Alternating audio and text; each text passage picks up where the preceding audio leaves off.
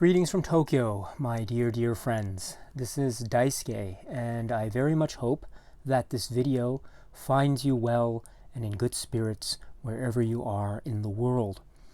And today, I would very much like to share with you some thoughts that I have with respect to one of the films that appears in this set, which is right here, called Pioneers of African American Cinema. The film in question is a short silent film which is described as being from 1915, and by a count or by a look at the chronology of the films included in this set, this is indeed the first film that falls in that chronological order. So this short silent film is called Two Nights of Vaudeville.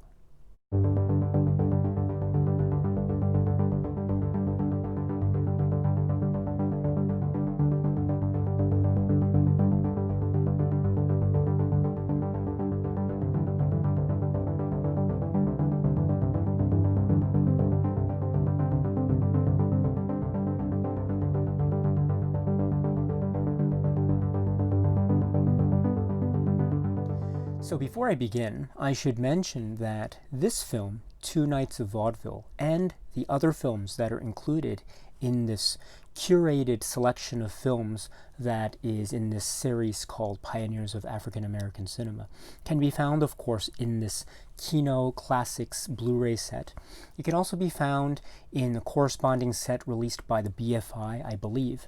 And also it can be found in many other places. For instance, it can be found, I understand, as one of the many selections in this series as made available through the Criterion Collection's Criterion Channel streaming service, at least as of the time of this video. And so if you are interested, please try to find this film and please watch it and other films from this series, Pioneers of African American Cinema. And so with that, let me now share with you some thoughts that I have about this particular work, which is called Two Nights of Vaudeville. I should say that this set, Pioneers of African American Cinema, is really quite excellent in that, for many reasons, among which are, of course, that it includes a number of very important works in the context of the history of cinema and also in the context of the history of African American cinema, and also in the context of representations of African American culture and identity as made through these cinematic representations, and other reasons, of course. And so for those general statement reasons, this set is considered by many, and I think quite rightly so, to be a very important, crucial collection of films. And so in that respect, I think one would be reasonable to assume, upon initial approach to this set and these films, one would be reasonable perhaps to assume that maybe all of the films that are included in this set therefore represent some kind of high standard of excellence, or high standard, a paragon, if you will, a cinematic paragon of these sorts of cinematic representations in cinema of certain aspects of race, certain aspects of African American identity and experience, and also historical matters with respect thereto. So if one is approaching these films and this set with little, if any, experience with these films, and one looks to this set and one sees, for instance, that of all the films that are listed in this set, the first film that falls chronologically is this film, which is described as being from 1915, called Two Nights of Vaudeville. I do know that this film is often described elsewhere as being from 1916, but this set describes it as being from 1915. But in any event, my friends, this is the earliest film, the oldest film that is included in this set. So, in that regard, I think that it is very reasonable to have the assumption initially going into the set, again, not having seen the films, to assume that perhaps this film, Two Nights of Vaudeville, would therefore, by virtue of the fact that it's included as part of the set, this film would therefore be considered among the paragons, if you will, of African American cinema or race cinema. Okay. However, I think that this film really needs caution. In other words, one needs to approach this film with a considerable degree of caution, and one needs to take care when one is watching this film, Two Nights of Vaudeville, and when one is trying to evaluate this film, and when one is trying to discuss this film. And another way of putting that is, I think that any perspective of this film, Two Nights of Vaudeville, and in fact the other films that immediately follow this film, which is Mercy the Mummy Mumbled and A Reckless Rover, I think a perspective on this and those other films, I think really needs to be well-informed, or as well-informed as possible, regarding the context of the film, what the film is about, and what are some of the circumstances, historical and otherwise, that are related to or that are otherwise directly or indirectly relevant to this film, Two Nights of Vaudeville, because it is my suggestion that this film is, in fact, far from being a kind of paragon of African American cinema or race cinema, but in fact it is generally considered to be something that is not necessarily of those same heights, if you will. And so therefore its inclusion as part of the set, and indeed as part of the series, is very curious. And I'll try to explain why, and also try to explain the reasons why I think this film is indeed included in the set. And so my general point, therefore, is that when one is approaching this film, Two Nights of Vaudeville, for the first time, I would just encourage you to be as well informed as possible. In other words, try to do some research on the film and on other films with respect to the films from what are known as the Historical Feature Film Company or the Ebony Film Corporation, which I'll also get to in a moment. Try to do research on the sort of implications that this film brings in the context of a discussion of early African American cinema or race cinema, whether or not this film can be labeled as being part of race cinema. And in fact, I think many scholars and film studies, historians and academics would probably consider this to not be a race film. And so these and other implications and circumstances exist so that, or therefore implicating, or therefore meaning that any approach to this film needs to be mindful, it needs to be careful, it needs to be thoughtful, and it needs to be as well informed as possible. Now, I admit from the outset that I am in no way a film scholar or expert when it comes to this particular film. I do not claim to have studied this film. I don't claim to have really done all the research when it comes to this film. But I have done as much as I can with the resources that are available to me with respect to a general approach or general attempt at trying to understand the background of this film, Two Nights of Vaudeville. And the results of that are as set forth in a kind of maybe bibliography that I've assembled. And this bibliography I've assembled is of works, of books and articles that I think might be helpful for anyone who's interested in a further reading with respect to Two Nights of Vaudeville, or with respect to Historical Feature Film Company, or with respect to Ebony Film Corporation, or with respect to Luther Pollard, and all the other related circumstances or events with respect thereto. And so if you're interested, please feel free to look at the bibliography that I've assembled, which is down below in the description box. As I admit that it's not a perfect bibliography, and it is far from being a complete one. And so if anyone has any other suggestions for any other sources regarding which one can use or rely upon for further research, then please feel free to let me know.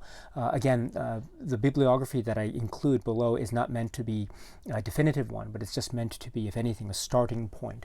But I do also want to emphasize at the same time that it is very important, I think, to have a very good and grounded and well-informed background with respect to this film when one is watching it. And so I encourage you to try to look up more information about this film and about the circumstances involved with respect to this period of cinema, 1915, 1916, and Historical Feature Film Company and Ebony Film Corporation, etc. And so that is my general statement from the outset. But what does that mean in the context of this film? So why is there this kind of critical view or perspective on this film in the context of the discussion of pioneers of African American cinema? Well, I think this can be. I think a discussion of this should start with the film and what the film is about.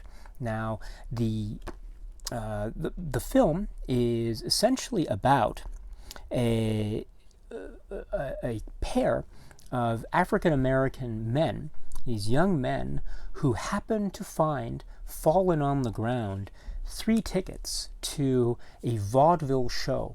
And we understand that these tickets were, they fell on the ground accidentally by a white man who had owned them. At least the implication is that it was a white man who had owned them, and he just dropped them by accident.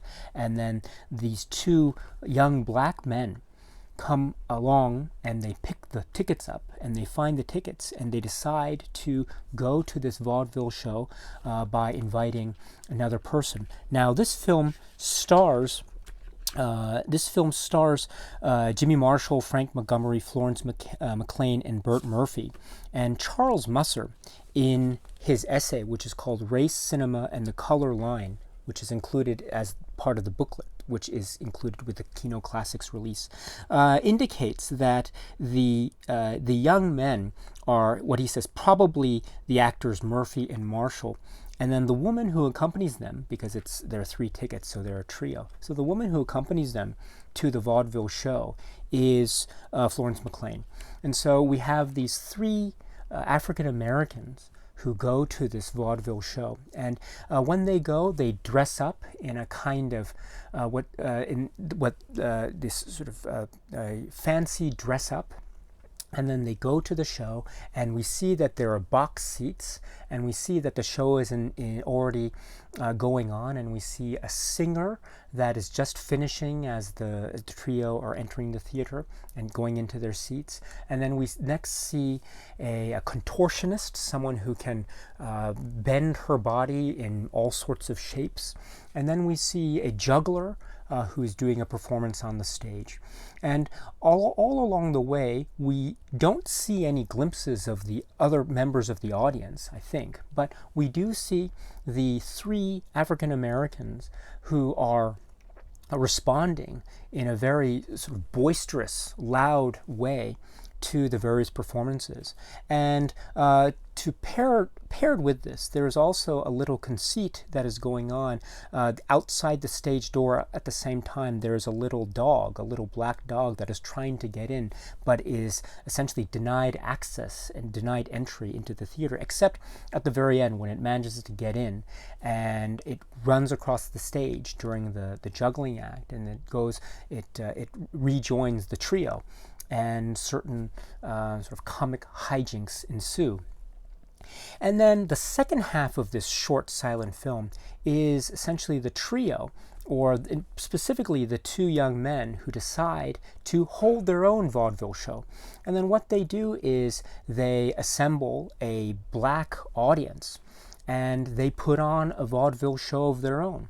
And this show involves a singer who looks like a woman, but then it is revealed through some further comic hijinks that it is indeed a man in makeup and wig.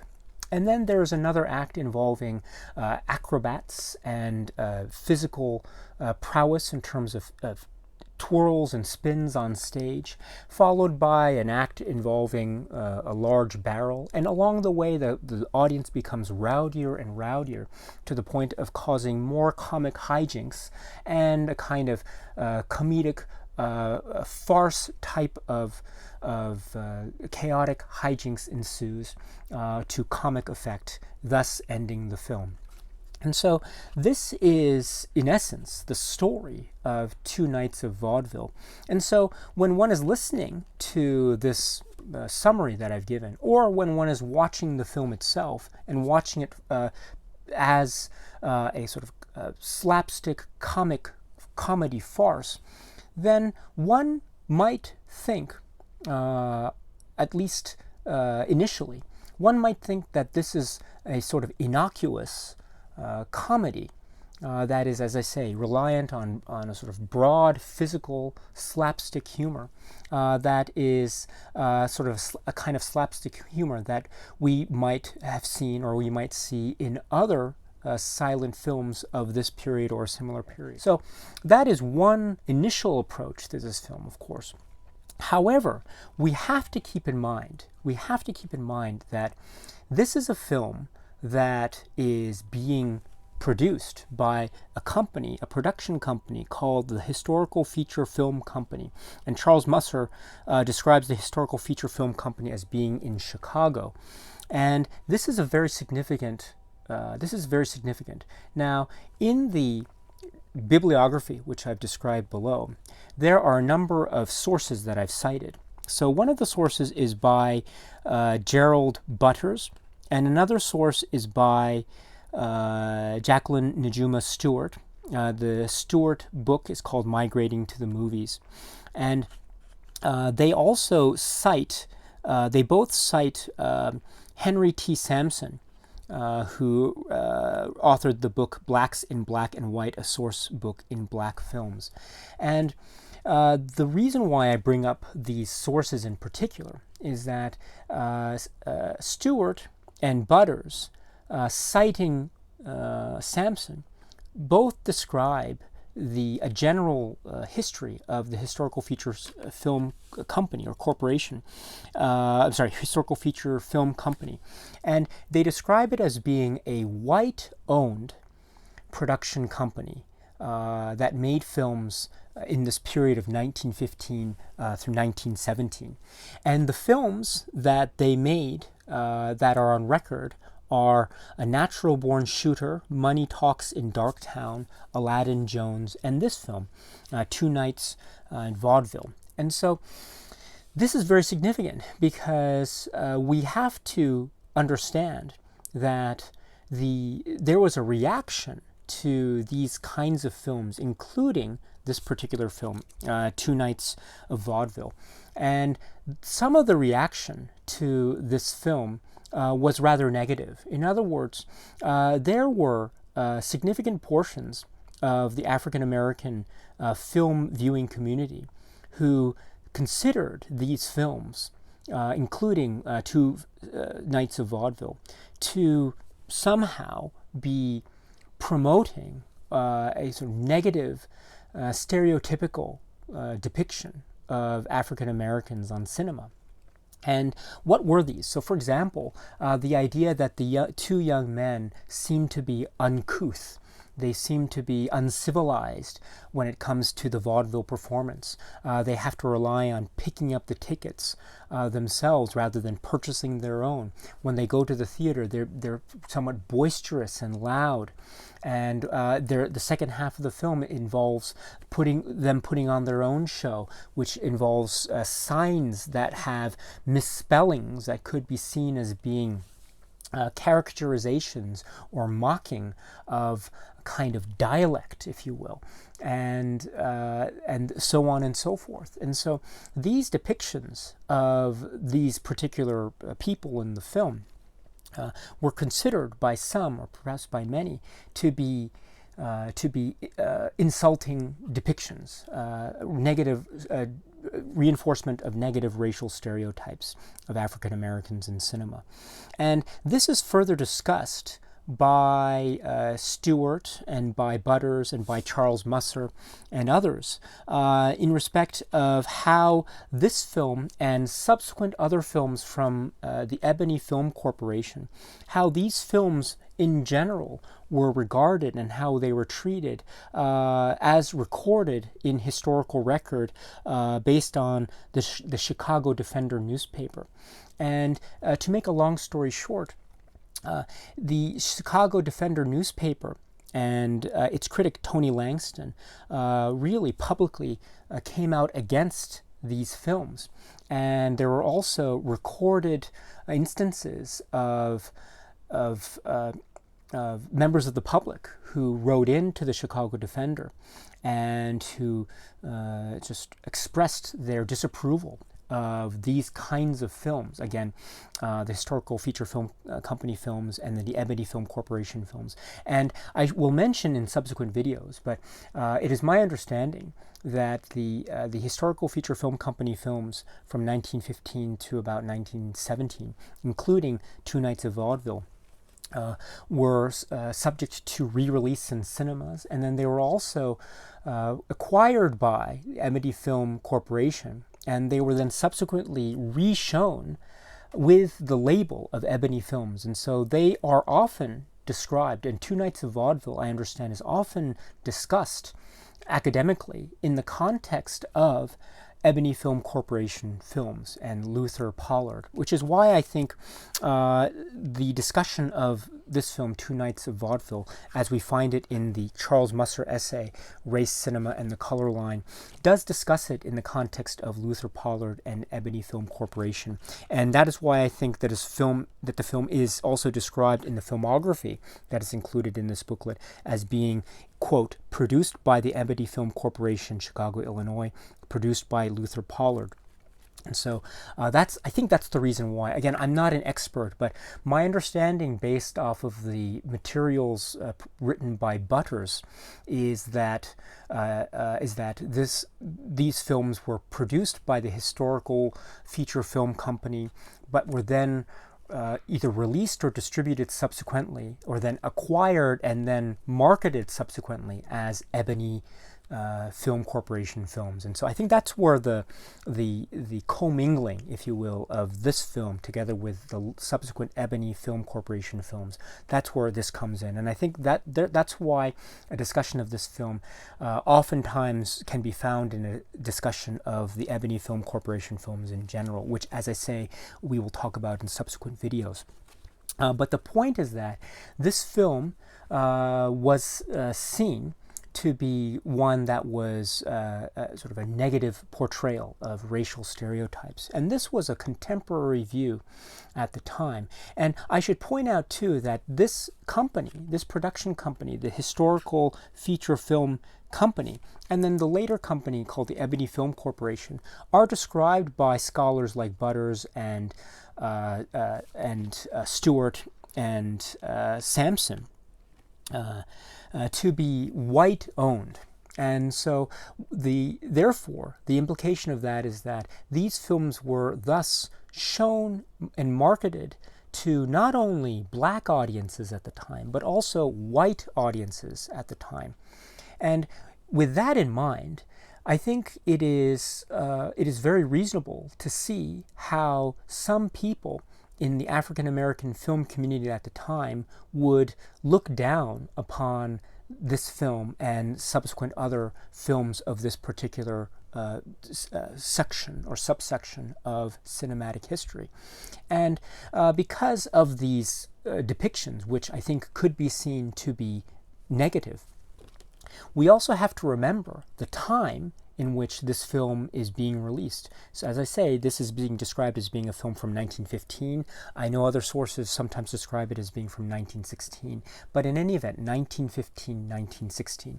So we have to remember too the time, the historical context which the release of this film finds itself in.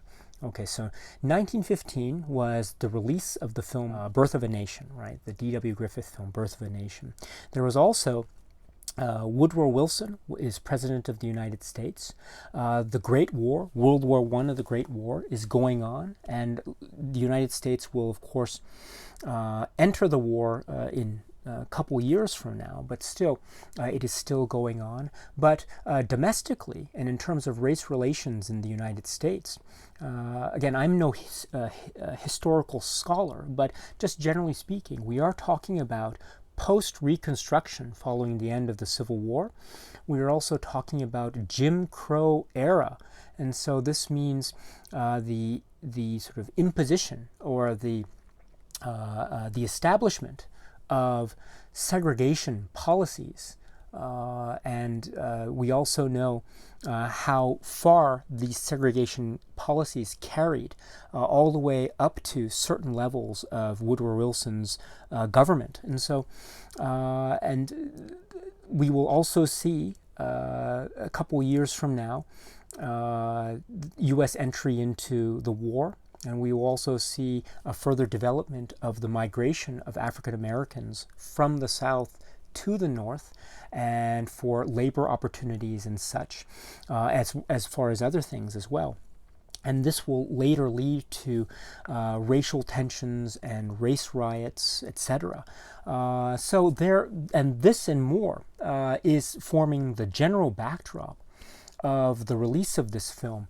And we also have to remember, in terms of cinema, I mentioned The Birth of a Nation from 1915. We also have to remember the film that came before that, in 1903, Edwin S. Porter, Edison film, Uncle Tom's Cabin.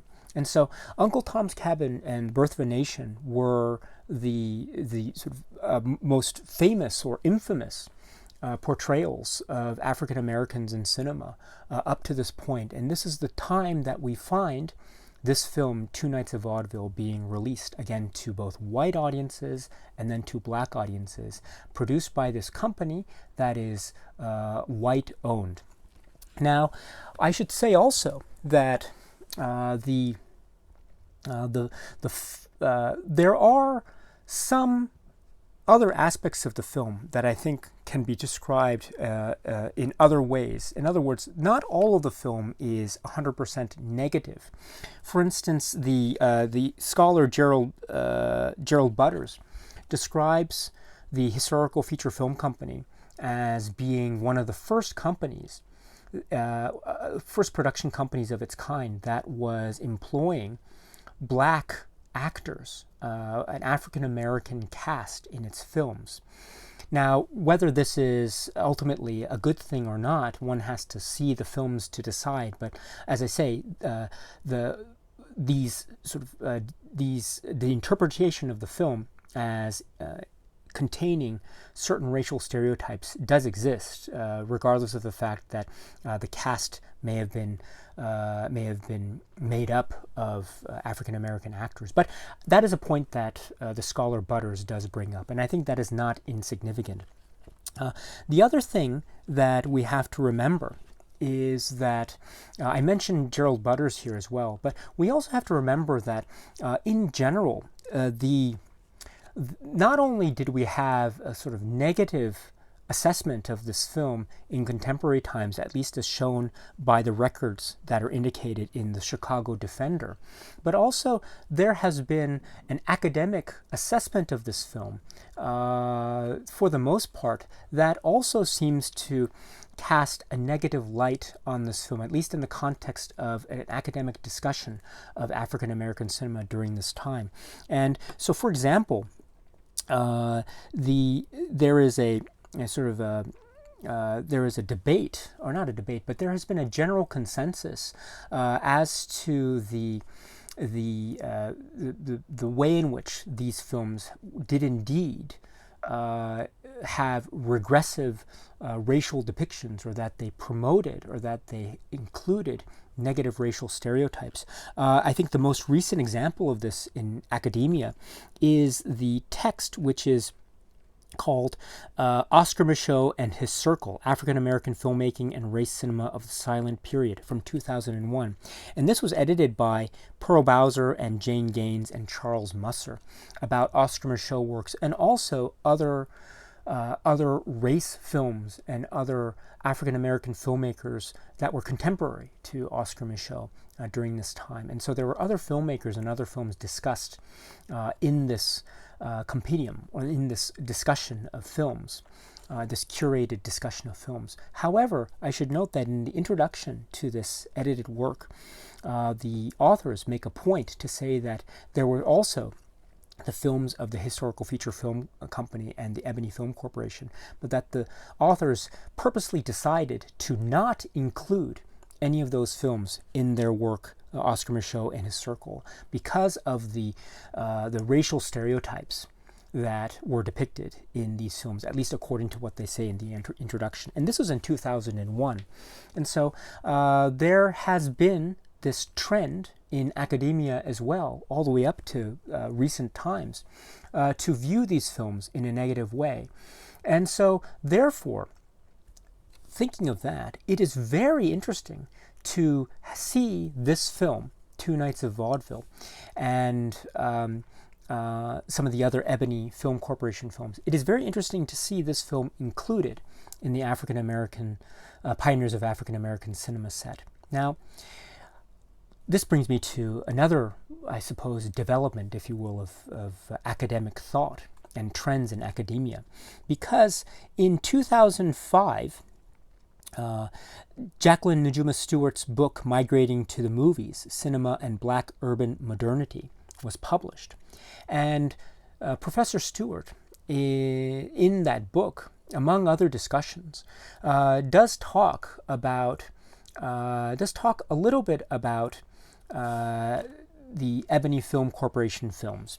Now, there's a little bit of discussion of the Historical Feature Film Company, and Professor Stewart also makes a point to distinguish the Historical Feature Film Company from the Ebony Film Corporation.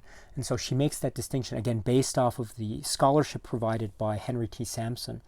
And so we have to understand that her discussion in that book, I think, is primarily focused on the Ebony Film Corporation, which, as I say, I understand it to be distinct and separate from the Historical Feature Film Company. Although there was some commingling, and there was some combining of the two companies in a way in terms of their treatment by scholars and critics alike, which I think is very understandable given the circumstances. But the point is that Professor Stewart, in her work, does describe these films, and she does look at them as being, while not necessarily paragons of African American cinema, and I think she acknowledges this, and she also acknowledges the fact that it is very questionable whether these films can really be described as being race films. And I don't think she goes so far to suggest that they are race films, and I don't think she does that, which I think is very appropriate, that she doesn't do that. Right? But what she does provide is she does provide some room for the possibility of including these films in the discussion of pioneers of African American cinema. She does talk about one film in particular from the Ebony Film Corporation in the context of urban modernity and reactions, the African American experience as depicted there as a kind of reaction to urban modernity. And that is, I think, is an example of what she is trying to do, which is trying to introduce these films into the conversation, the broader conversation of African American cinema during this time. And again, while not necessarily signaling that these films should be regarded as being the high point of African American cinema, she's not at all suggesting that. But what she is suggesting is that in some way there might be room for a discussion of these films. And To add to that, I would point you also to the discussion brought by Professor Charles Musser in his essay Race, Cinema, and the Color Line. Now, there's a discussion here which also discusses it generally in the context also of Ebony Film Corporation and Luther Pollard, which, as I say, I'll try to get to in a separate video. But specifically when it comes to Two Nights of Vaudeville, Professor Musser does make some points about this film. And again, while he doesn't necessarily suggest in this essay anywhere that this film should be regarded as a high point of African American cinema, he does make some points that could be suggestive of the possibility of including this film in some degree or another in the context of a discussion of African American cinema. So, for example, on page 8 of this booklet, he does point out that the trio of African Americans in the first part of the film do go to the vaudeville house, and they go to the box seats, which are understood to be reserved for the elite white audience, but they are there. And so their presence in that arena or in that environment, their presence themselves could be seen, at least by, as Professor Musser describes it. He describes it as being their very presence is transgressive.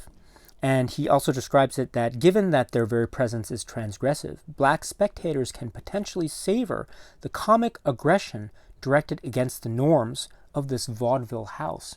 And so what he's saying essentially is, I think, something that is akin to what Professor Stewart was saying in terms of a reaction towards modernity. But here it's a sort of reaction towards or against these sort of settled norms, if you will, of the vaudeville experience, and the vaudeville experience and what that means as a sort of broader metaphor. He also talks about how the white vaudeville performers in this film, according to Professor Musser, are actually being played by black actors in whiteface, a reversal of white conventions, which often had whites playing black roles in blackface. And then there's a parenthetical which says, or is it the black actor passing for white so he can get hired to perform? ? And he also says, finally, Florence McLean, who plays the young woman of the trio, is so light-skinned in her makeup that it could look as if these two knights, whose skin is as dark as night, one must assume that the pun was intended, are escorting a white woman, etc., etc. And so what he is suggesting is that there might be some room for some kind of discussion with respect to the portrayal of African Americans in this film in terms of the skin color, the light skin versus the dark skin.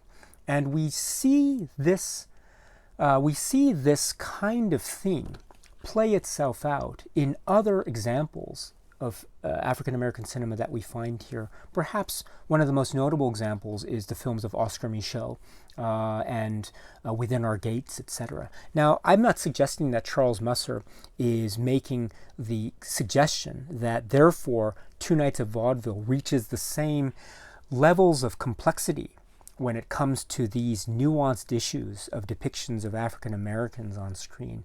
I'm not suggesting that Charles Musser is therefore making the connection that this film, Two Nights of Vaudeville, thus reaches the same levels of complexity and nuance as, say, Oscar Micheaux's films. I'm not suggesting that at all. But this is a point that Charles Musser does bring up. And so I think this is his way also of trying to suggest that while, again, this film is certainly not regarded as being a high point of African American cinema, there is perhaps room in some way or another for a kind of discussion as to how this film might have a kind of historical significance or cultural significance, again, in the broad scheme of things. However, we again must be careful and must have as well-informed a background as possible when we ask these questions. But the fact that these films are being included in that context, I think, therefore, could potentially have a lot of benefit. in that context, again, based off of a well-informed viewing and perspective of these films. And I think on that basis, I think that is why I think Professor Stewart and Professor Musser are making their comments on those assumptions, which I think are very reasonable. And so therefore, I would point to this as perhaps being, again, I'm not an academic scholar, so I don't know, but perhaps this might be a sign of perhaps there could be a trend in academia towards perhaps trying to give Two Nights of Vaudeville and other films that came later in Ebony Film Corporation, trying to give these films a new kind of assessment, academic assessment, I don't know.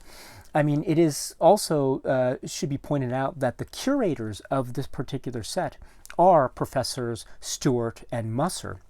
And so it's interesting to see, therefore, this film being included in this set, given what Professor Musser says in his article here and what Professor Stewart said in her 2005 text. So this is to say, therefore, that we have to look at this film and the inclusion of this film in the set with a great deal of care. And we have to be as well informed as possible when it comes to viewing this film. And once we have that, then I think that can lead to a start in terms of how to best approach this film and what it means in the context of this history.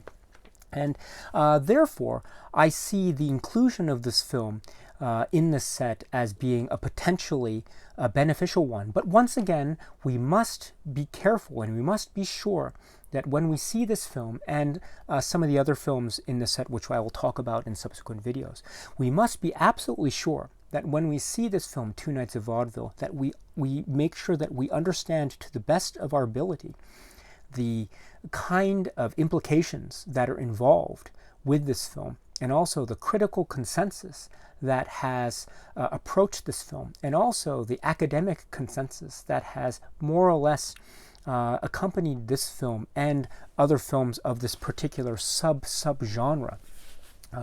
And we also have to understand those implications, and also in that context, what the possibilities are in terms of a potential discussion of this film in the context of pioneers of African American cinema. And so with that in mind, I really have to say that, again, I am not an expert in this film.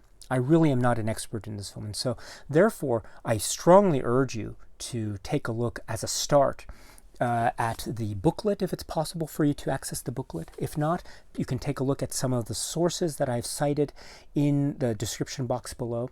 And again, that's just a starting point. There are many more sources that one can rely upon, but that's just a really good starting point, in my opinion. And with that, I should just let you know as a kind of closing statement that I was debating in my head for a certain period of time. I was debating whether or not to do a video at all about the Two Nights of Vaudeville. I was really debating that, and I was seriously considering not doing a video about it at all because of the approaches, the critical approaches, the negative appraisal that this film tends to receive for the reasons that I've tried to explain in this video. And so I really considered not doing a video on this film at all, and perhaps just going straight to, say, the Oscar Micheaux film, Within Our Gates. I was seriously considering that.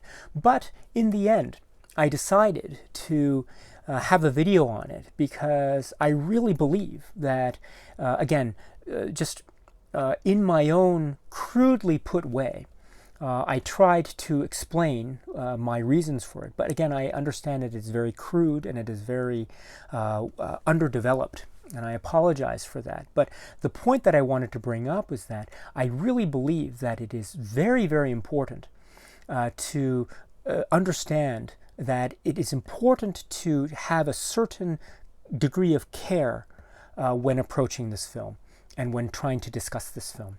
And this film is included, for instance, on the Criterion Channel's lineup of pioneers of African American cinema. And it's a great set, don't get me wrong, but once again, one has to really dig deep and look very carefully and really read and reread and maybe go to outside sources in order to try to get a fuller context. Unfortunately, there isn't any kind of documentary or anything of that sort that addresses this issue specifically in terms of this particular set. So one really needs to take care. I really believe that. One really needs to take care when watching this film and when viewing it for the first time and then subsequent viewings, if at all you are interested in that, to pay attention to these historical concerns and also these concerns with respect to depictions of stereotypes. And once one has an understanding of that, or once one feels that one has as well-informed an understanding as possible, then I think an approach to this film can be one that could potentially lead to various discussions in the context of, as I say, pioneers of African American cinema. And so that is the reason why I've tried, again, in my I admit, very poorly worded way, I've tried to make this video and to try to just suggest to you that watching this film and some of the other films that will be discussed, it involves a lot more than just watching the film. It really involves trying to understand trying to understand the history and the circumstances of the film, and trying to understand how this film was viewed, and how this film is viewed, and that and all the questions that are implicated in those inquiries. And so I really, really believe that for this film and for other films in this set. And so please, if you are interested in watching this film and trying to explore this in other films, I encourage you strongly to go to this bibliography and try to find other works as well. There's another great suggested reading list or bibliography list that's included in this particular booklet for the Kino Classics set itself, which is at the very end. It's a suggested reading list, which is right there. Most of the works that I mentioned in the description box can be found on this list. Not all, but most of them can. And so this is also a great resource to rely upon. And so I strongly, strongly urge you, and that doesn't include also the various reliable resources that one might find online as well. And so I just encourage you to just be curious about it and to look into further details about the film that you can find. And once again, I should just point out again that Two Nights of Vaudeville, I must admit that some of the historical record and details were a little bit difficult for me to find, and so based off of my own efforts, I think that the best place to start is the selection of books that I've mentioned down below, which is to say also that it's not always easy to find the background that is needed with respect to watching these films in a contemporary context. And I get that. I completely get that. Sometimes it can be a bit of a struggle to try to find the resources and to have access to these resources.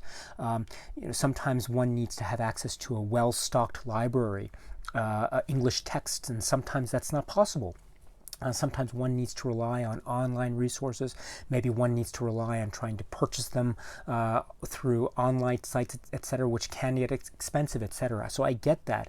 But through the means that are available to you, I just, once again, I would strongly be encouraged if you could really try, based off of the materials that are available to you, just give it your best try and see what you can uncover and see what you can discover in your own research going forward, because that's, I think, a great way to approach this and the other films in this set, again, with the attempt and with the good faith endeavor of trying to be as well informed and trying to have as well informed a perspective as possible when it comes to this film, Two Nights of Vaudeville, which is included in this series called Pioneers of African American Cinema.